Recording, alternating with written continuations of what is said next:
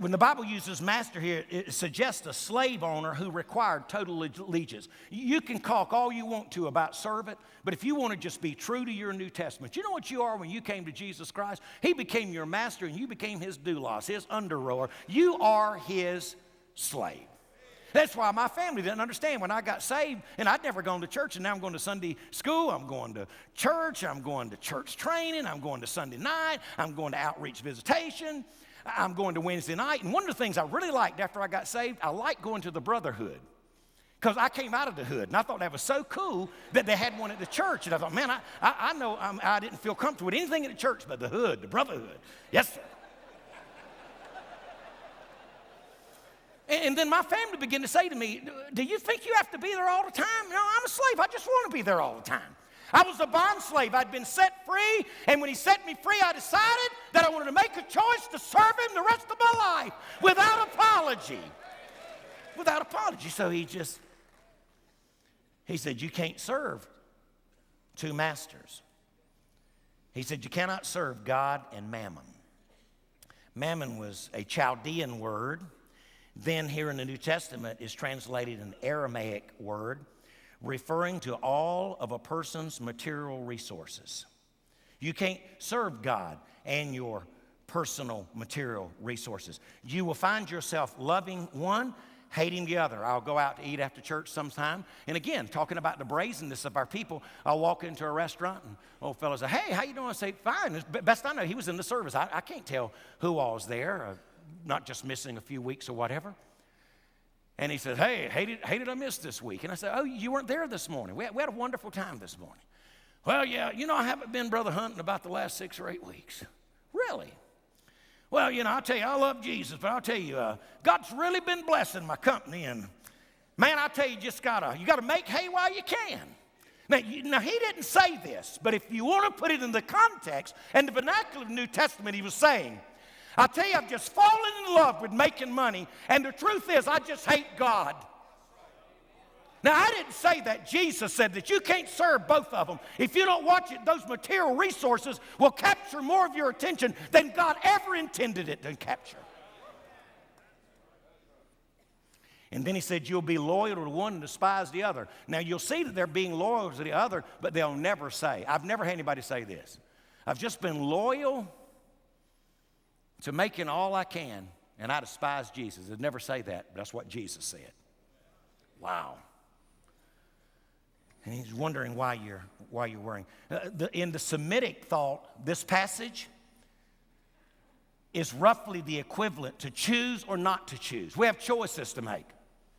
What are we going to do? As for me and my house, we really do want to serve the Lord. So he said, don't worry about your life. He makes the command all-inclusive. Life is a comprehensive term that encompasses all of a person's being, my physical life, my mental life, my emotional life, my spiritual life. And worrying is the sin of distrusting the promises and the providence of God. That I just believe God's going to take care of me. Worry, this is good for my German buddies. Worry is an old German word meaning to strangle or to choke. It's a kind of mental and emotional strangulation. I have a couple going through a difficult time. I spent time with them yesterday. My wife and I took them and their 2 daughters to lunch, and we know what they're struggling with in their family, and they've been worrying a whole lot about life. And I don't know why. Before I prepared this message and before I even studied that word, I texted him the other day, and I said this to him. I prayed for you this morning. Listen to this. And I prayed that God would let you breathe today. See, worry strangles you. When you choke somebody, they can't get air. They can't breathe. And I'm telling you, our church is full of people on Sunday, and they can't breathe because of their worry. Hey, listen to this quote I found. It may be the strongest part of the message. Listen to this. Worry is a thin stream of fear that trickles through the mind, which, if encouraged, will cut a channel so wide that all other thoughts will be drained out. I'm not a counselor. I'm a pastor, and I know I have some skills, and I know I have a pretty good handle on my Bible. So someone can come and see me, kind of like once. And then I recommend them. I mean, I'm a pastor, so they come in, and sometimes I'm pretty good as a psychoanalysis. I'll say, you know what? I think I can put my finger on your issue. And they say, what, Brother Hunt?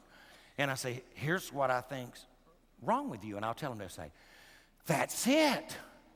What do you recommend? I say, I don't know. I don't know. I'm not a counselor. I don't know the steps to help. I really don't. Sometimes, they just get they're so depressed and they'll say, I've thought about killing myself. And I think, that's an option. That would be one. No, I'm just kidding. Just kidding. Yeah, you might ought to pray through that.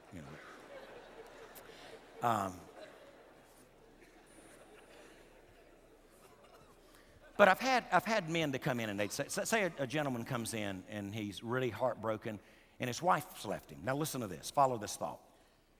And he says, Brother, let me tell you what happened. And so he starts walking through what's happened to him. And before I can hardly stop him, pray with him or anything else, he says, let me say something else. And he starts the whole cycle over again. See, when you're worrying, you can't think of anything else. See, that wide channel causes all other thoughts to be drained out. So you can't even remember. I was looking in my Bible, and in Psalms chapter 42 and verse 6, this is good. I'm going to have to quit. The psalmist talked about how his soul was cast down.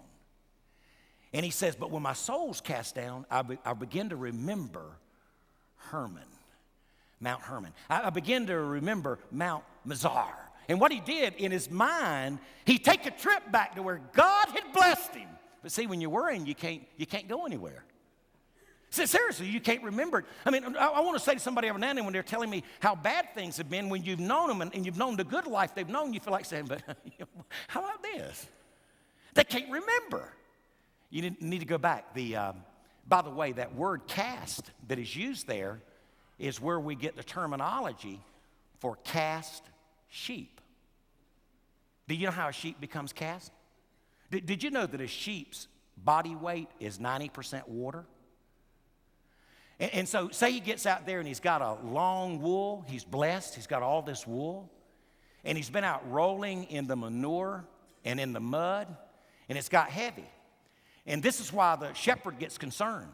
That sheep that's been abundantly blessed, the reason he's got to leave the 99 and go looking for him, he's scared he may be cast. See what he does?